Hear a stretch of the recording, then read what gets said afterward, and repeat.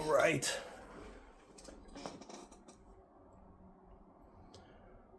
Okay, everyone, welcome to the 4 foundations of mindfulness teaching and teaching cycle.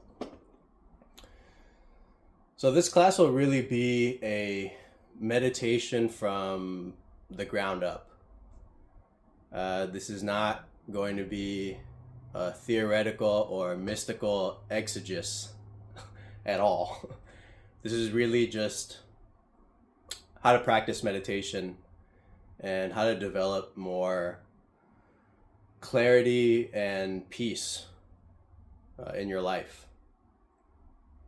When we look at Buddhism and a lot of these teachings, we'll often hear the word enlightenment or nirvana or moksha or samadhi, and there's a barrier in understanding these teachings in the sense that there's a lexicon. There's a whole terminology that these words are attached to. So it can be difficult to kind of understand what some teachings are saying. So in this particular cycle, I'll be breaking down some of the words and terms in the particular discourse that we're looking at. So this meditation from the ground up series is going to be based on the Satipatthana Sutta.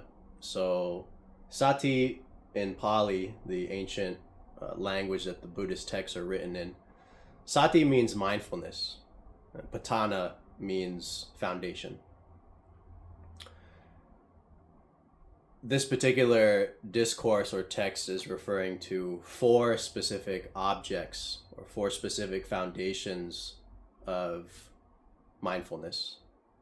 So it's really referring to 4 specific aspects, like compartmentalizations of our experiential field.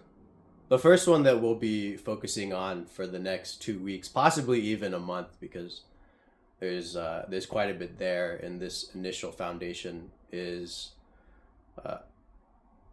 called contemplation of the body, and it comprises of 2 primary meditation practices. The first is mindfulness of breathing. So that's awareness of breath.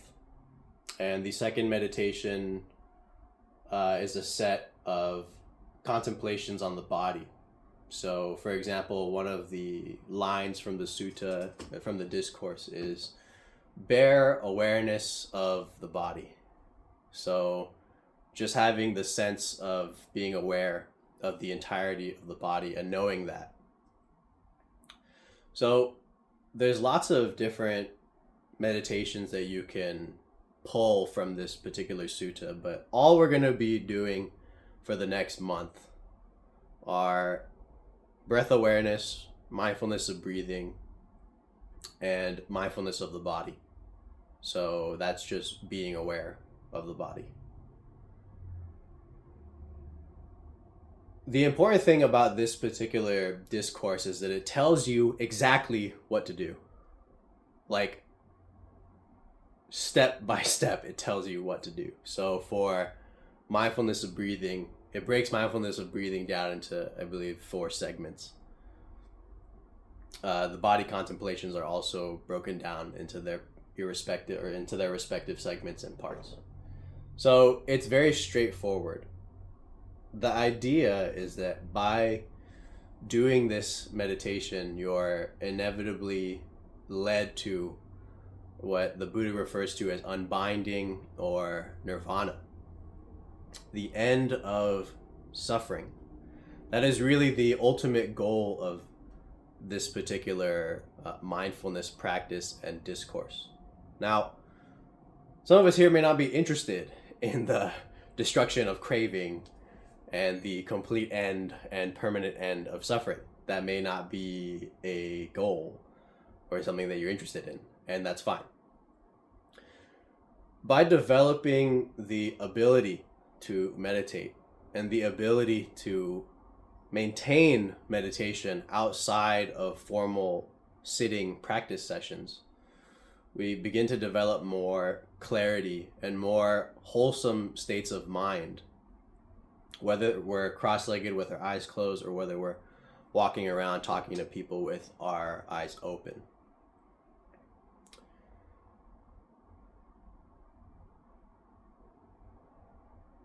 Where we are in this particular point in history is that we're in this information and modern age, and the speed at which we receive and have to handle information is volumes upon volumes more than our predecessors. So life was much slower 100 years ago. I mean, like, very, very slow. Now we basically have distraction and attention drawing phenomena on drip. It's constant. I mean, this phone is samsara. It's like samsara in a drip feed straight into your arm. Constant phenomena, constant material that absorbs your attention entirely. What you'll learn in this particular series is to gain control and really power over where your attention goes and what you're able to put your attention on, being able to sustain attention, and not with a forceful hand, not with this bone crushing hard Zen style. I don't mean that. I don't think that form of meditation or that level of effort is necessary nor healthy, actually. We have this sense that life is happening, but we're missing it. Like, we do stuff and things occur and events arise, and there's so many people that just live for the weekend. This one period of time in the week where their attention doesn't have to be entirely focused on work or on specific activities that they need to do to survive. So on the weekends, you have this disengagement that happens when you get drunk or go to football games or whatever it is that people do to pass time and engage in entertainment. It's really just a way to actually shut off this mind that has to do stuff and that is always engaging in activity and in conceptualization and thinking and planning. We have to do so much of that we actively seek activities where we don't have to do that. So the rate at which we have to process information and deal with information is just so rapid that we're often in this state of overwhelm. Like, we just sense that too much is going on. You're never really caught up on all the things that you need to do because there's just so much to do, and there's never enough time.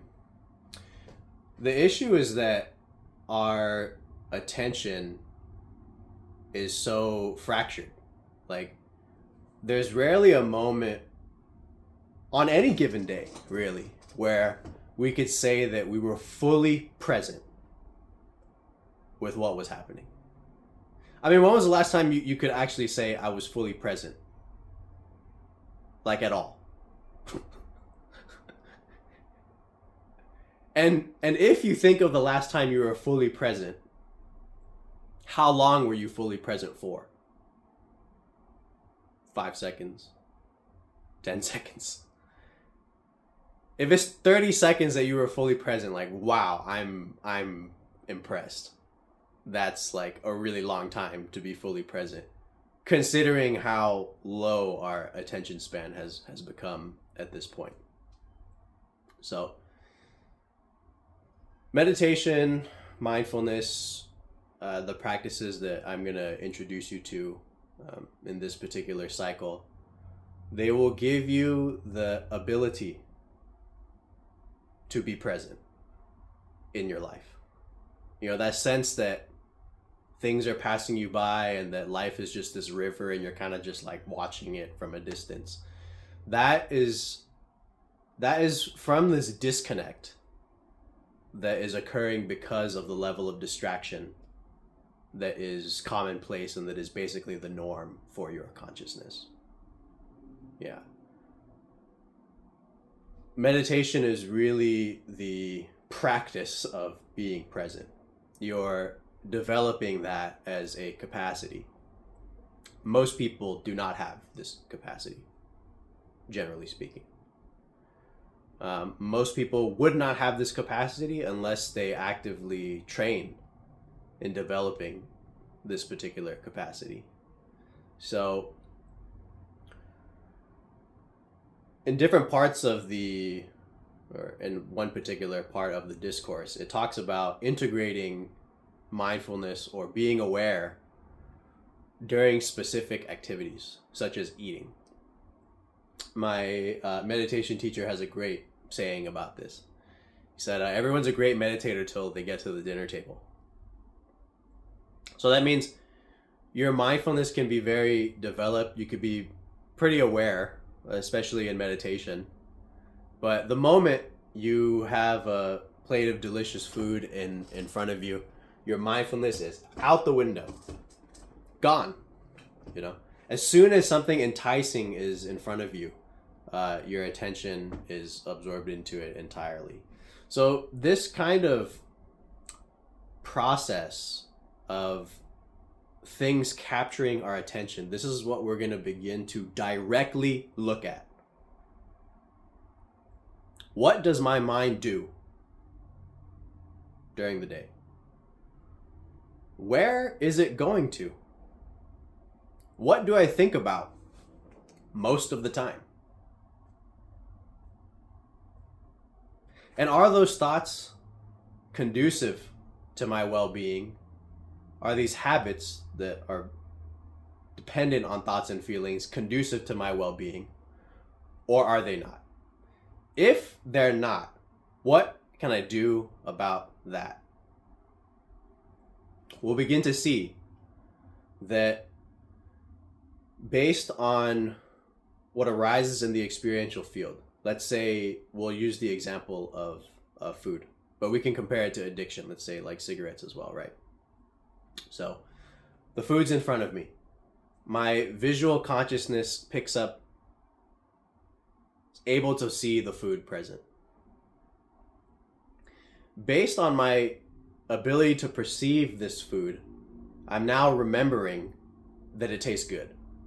And based on that perception, that recognition of the food and the visual contact with it, and even the aromatic contact, so now I'm smelling it, all of these factors bring up memories of enjoyment. I know that this tastes really, really good, right?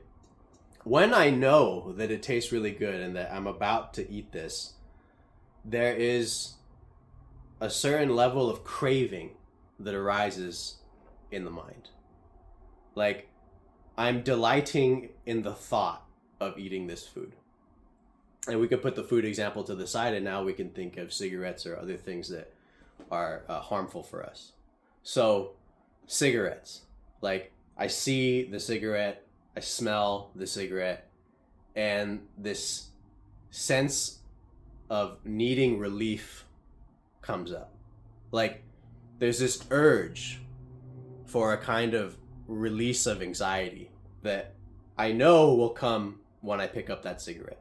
So I'm actually craving that specific feeling of relief.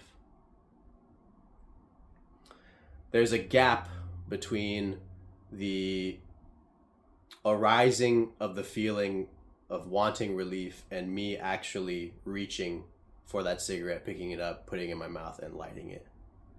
These gaps in our responses to things that arise in the experiential field is another thing that we're going to begin to look at later in this teaching cycle. The 4 foundations of mindfulness are this: contemplation of the body,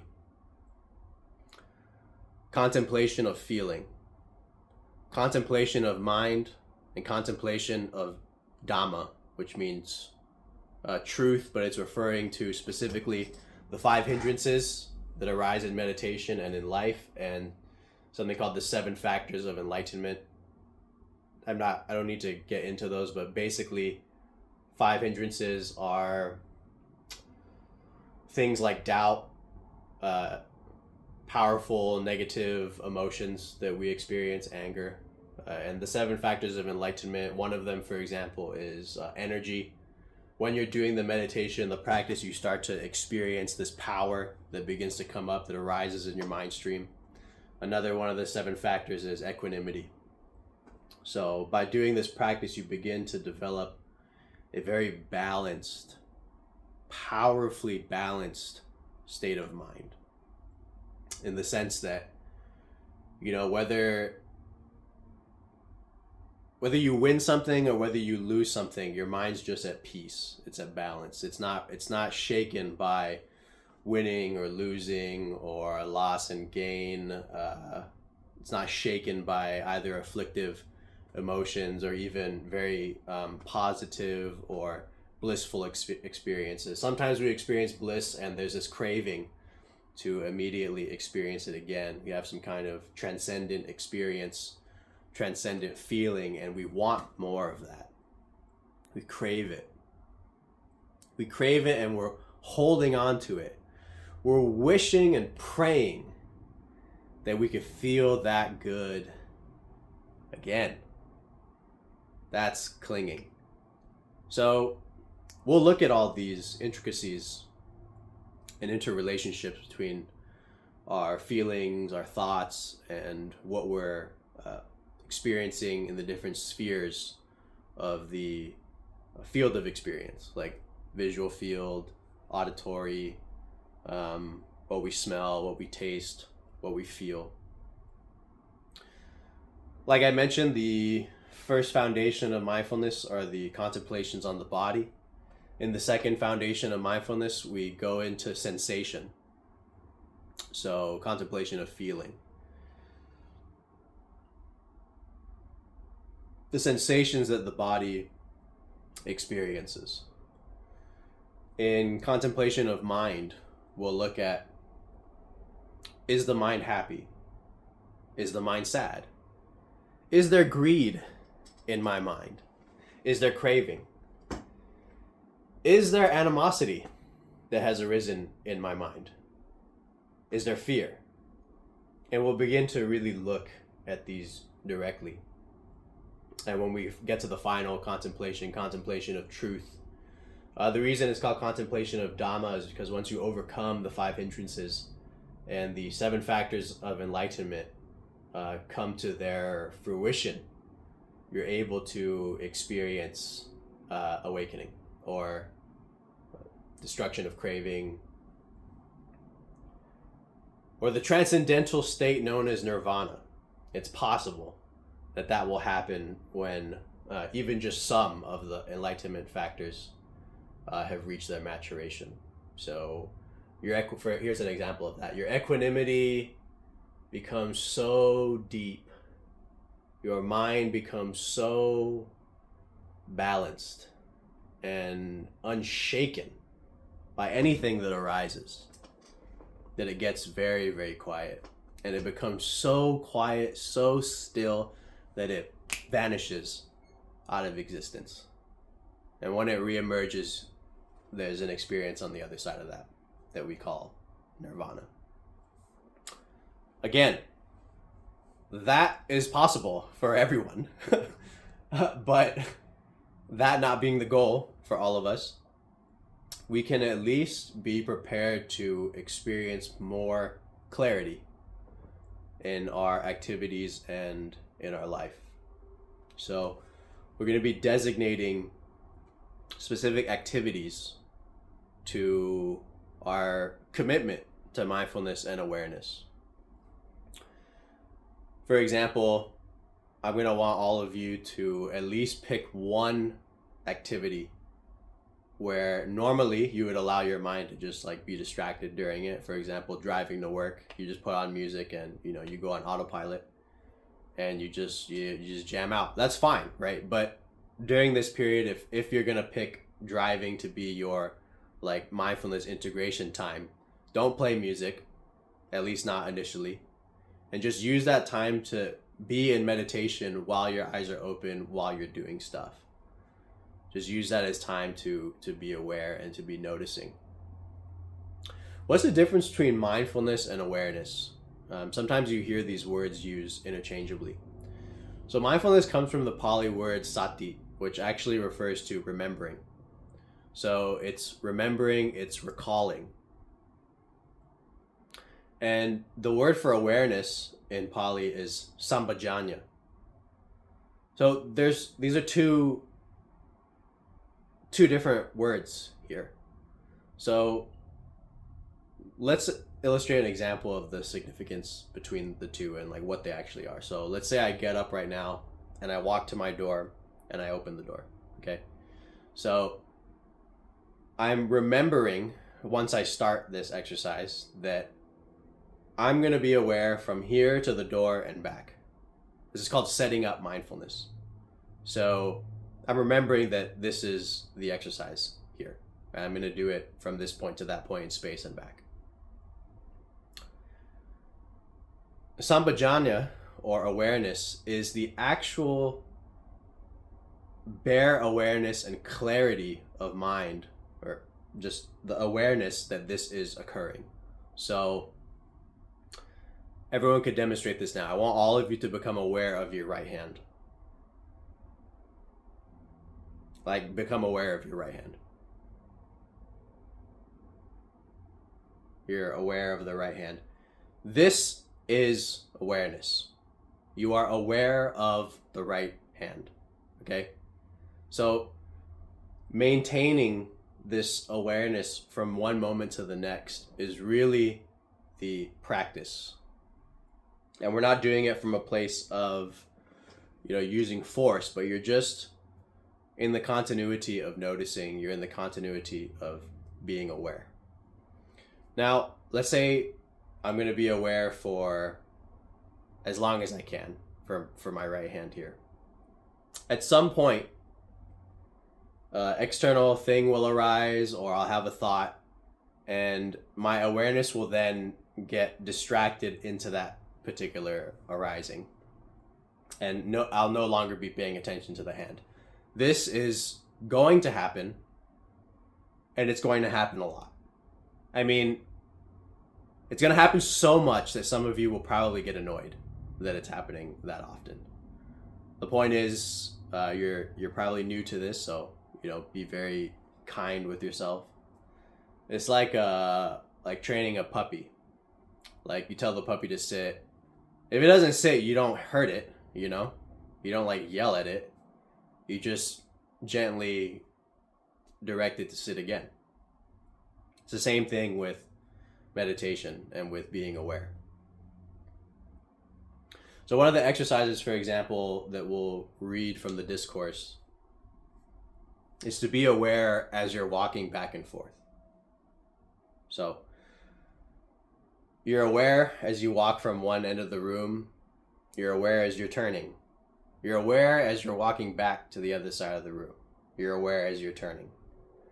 You're aware as you're going to the other side of the room. Then something happens. You hear a sound outside, or you start remembering something from the past, and your awareness gets distracted into that. What allows you to return to the meditation and to being aware is this faculty of mindfulness, the remembering. At some point in your distraction, you remember, oh, I'm supposed to be meditating. And then you come back to the present moment. We're paying attention, directly observing, directly feeling, directly sensing, directly witnessing the present moment. That's what we're doing. The problem, one of the reasons we suffer and feel like life is escaping us is because most of the time our awareness is not in the present. Our mind and attention is remembering the past, or it's planning for the future. And I'm not saying that you shouldn't evaluate the past or take stock of the past. I'm not saying that you shouldn't plan for the future. You're a human being. You need to plan things.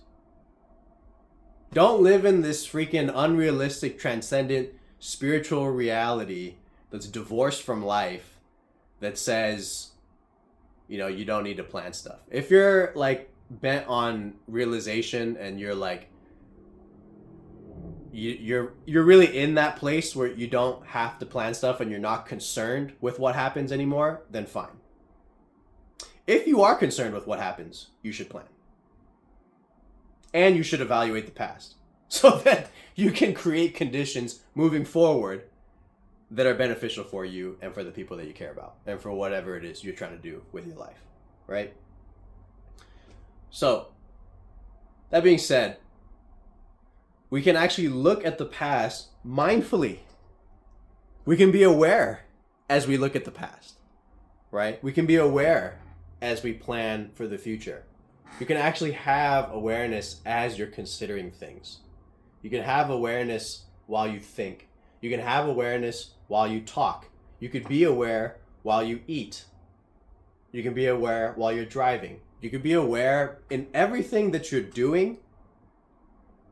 You're just not because you haven't trained yourself to do it. It's really that simple. Another good way of putting it is to actually be aware of whatever it is that you're doing in the present moment. So let's say you're in the shower or you're gardening.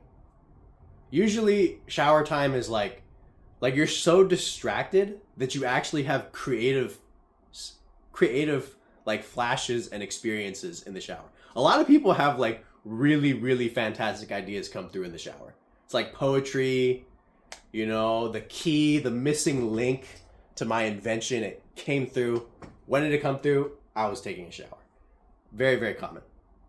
It's because in the shower, you're really like in this creative, imaginary space. So there's room for that. If you are a creative and you need to be distracted in order to make good work, then, do it.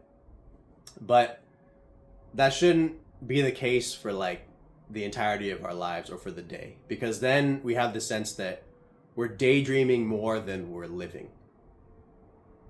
Mindfulness, meditation, developing the capacity to be aware, this is really the art of living. To actually really, really feel and experience things. To cut through the conceptual stream of internal dialogue and actually feel and experience what's happening. Because a lot of the time, when something's happening, we're not there for it. We're not there for it. We're like distracted or we're thinking about something else, right? And I'm guilty of this too. Even after meditating for 12 or 4, I don't even know how long I've been meditating. I've been meditating for a long time. Even this being the case, unless I'm on a meditation retreat and I'm really like working at this, most of the day is still autopilot. The difference between, for example, a really, really exceptional meditation master and a teacher is that the master or the person who's really developed this to the level of perfection, if we could call it that, their mind doesn't wander. The enlightened person's mind doesn't wander. The enlightened person's mind doesn't crave. That has been destroyed. And because the craving has been destroyed, what would act as a cause for their mind to wander? Right? So when we look at mind processes, let's say we're walking and we're doing the meditation, we're being aware. And we remember this pleasant memory from the past. Pleasant memory comes up. It comes up and immediately there's this craving and delight in that particular memory. And it completely draws your awareness into distraction. So for a person that's awakened, that doesn't happen anymore. So that's just an example of when you read the discourse and it says unbinding, right? Or nirvana. What is that referring to? I just gave you a pertinent example of it. The mind has been freed of this pendulum swing of craving and aversion. If you really zoom out on your life, you'll notice this. And I mean, some of you this might be a little disturbing. So if you zoom out and if you were to like take a bird's eye view of your mind and your life, you'd see this. So things happen, and then you feel things based on those things that happen. And based on those feelings and the things that happen, you think things. And based on what you think, you end up doing things. And then you're doing things, and then more things happen. And as more things happen, you feel more things. And depending on the things that you feel, you start to think more things. And based on what you think and feel, you do more things. And then more things happen. And that's your life. If you really look at it, that is what is happening. That's all that has ever happened. That's all that has ever happened. Things occur, you feel, you think, you do, and it's a cycle. So that's not going to stop, right? That's not going anywhere. Thinking, feeling, and doing, and events occurring, that is not going to change. That's going to happen, right? The fact that it's going to happen, now that we know and we're saying, yeah, actually that he's right. That is actually what is happening. That being the case, nirvana aside, right? Enlightenment aside, just forget about that.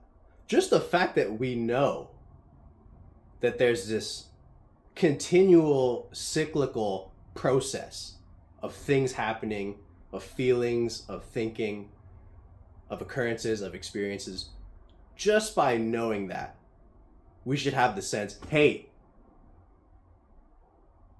I should really be there for it. Shouldn't I? If we put reincarnation aside and you only have this life, you should be there for it. Like, you should experience as deeply as you can. Because no moment ever happens twice. Ever. Nothing ever happens twice. It just doesn't. You know? Even if there's rebirth or reincarnation, it won't be in this particular vessel again. You don't get a do-over. Or, I mean, maybe you do, but it doesn't seem likely. So, I don't know. Maybe there is a do-over. But we shouldn't gamble on that. You know? Oh, I'd rather take it seriously. You know, there's a do-over, there's a reincarnation. Like, let's put our unknowables to the side and just see, hey, yeah, I do feel that something is missing. I do feel disconnected from what's happening and from my life and from my body and from my mind. Yeah. I do feel disconnected. You know, if we could actually really just come to terms with that, then we can begin to do something about it. If we really feel disconnected, it's because we're not actually present. You know, that's the thing. You don't have to do anything but be present to be present. I mean, it's shocking. Like, you don't have to go on a retreat and pay $20,000 to learn to be present